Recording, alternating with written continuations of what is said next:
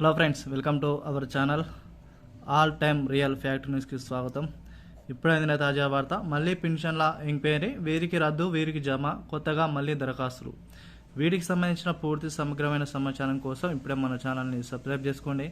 వీడియోని ఎక్కడ స్కిప్ చేయకుండా చివరి వరకు చూడడానికి ప్రయత్నించండి. వీడియోలోని ఇన్ఫర్మేషన్ అనేది మీరు మిస్ కాకుండా ఉంటుంది. అదేవిధంగా వీడియో ఇన్ఫర్మేషన్ మీకు నచ్చినట్లయితే ప్రతి ఒక్కరు లైక్ కొట్టండి.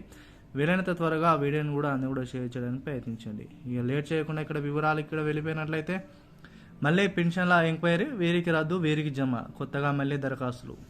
తెలంగాణ రాష్ట్ర ప్రభుత్వం గత కొన్ని నెలలుగా పెన్షన్ల ఎంక్వైరీ అనేది కొనసాగిస్తుండమే జరిగింది. ఈ పెన్షన్ల ఎంక్వైరీలో చాలా వరకు బోగస్ సర్టిఫికేట్లు పెట్టడం వలన చాలా వరకు పెన్షన్ అనేది రద్దు కావడం అయితే జరిగింది. ఎవరైతే సాధారణ సర్టిఫికేట్ లేకున్నా కూడా సాధారణ సర్టిఫికేట్ పెట్టి పెన్షన్లు తీసుకుంటున్న వారికి అందరూ కూడా రాష్ట్ర ప్రభుత్వం అయితే దాదాపు కొన్ని లక్షల పెన్షనర్లను ఈ యొక్క లిస్టు నుంచి రిజెక్ట్ అయితే చేయడం జరిగింది.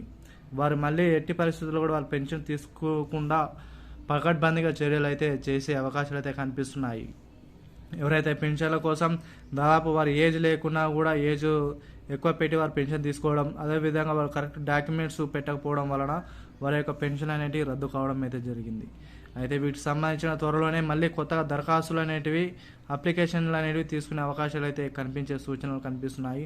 ఫిబ్రవరి మొదటి వారం కల్లా మళ్ళీ కొత్తగా దరఖాస్తులు తీసుకునే అవకాశాలు అయితే కనిపిస్తున్నాయి. ఎందుకంటే మనకు ఫిబ్రవరిలో చూసుకున్నట్లయితే మున్సిపాలిటీ ఎన్నికల్లో ఉన్న కారణంగా చాలా వరకు కొత్తగా మళ్ళీ పెన్షన్లను దరఖాస్తులు స్వీకరించే అవకాశాలు అయితే కనిపిస్తున్న సమాచారం అయితే రావడం జరిగింది. ఈ పెన్షన్ ఎంక్వైరీకి సంబంధించి మళ్ళీ ఒకసారి ఎంక్వైరీ చేసిన తర్వాత ఎవరి నిజమైన అర్హులు ఉన్నారో వారికి మాత్రమే 4,016 కానీ 6,016 రూపాయలు కానీ పెన్షన్ అనేటివి జమ చేసే అవకాశాలు అయితే కనిపిస్తున్నాయి. దాదాపు పెన్షన్ అనేటివి కరెక్ట్ డాక్యుమెంట్స్ ఏదైతే పెట్టి ఉంటారో, అదేవిధంగా సదరం సర్టిఫికేటు నిజమైన అర్హత కలిగి ఉన్న వారికి మాత్రమే ఈ యొక్క పెన్షన్ అనేవి జమ అవుతాయని కూడా మంత్రివర్గాలు స్పష్టంగా తెలియజేయడం అయితే జరిగింది. కొత్తగా దీనికి సంబంధించి ఫిబ్రవరి మొదటి వారంలో పెన్షన్లు తీసుకునే అవకాశాలు అయితే కనిపించే సూచనలు కనిపిస్తున్నాయి.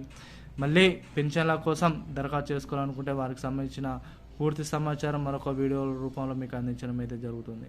వీడియో నచ్చినట్లయితే ప్రతి ఒక్కరు లైక్ కొట్టండి, కామెంట్ చేయండి, అందరూ కూడా షేర్ చేయండి.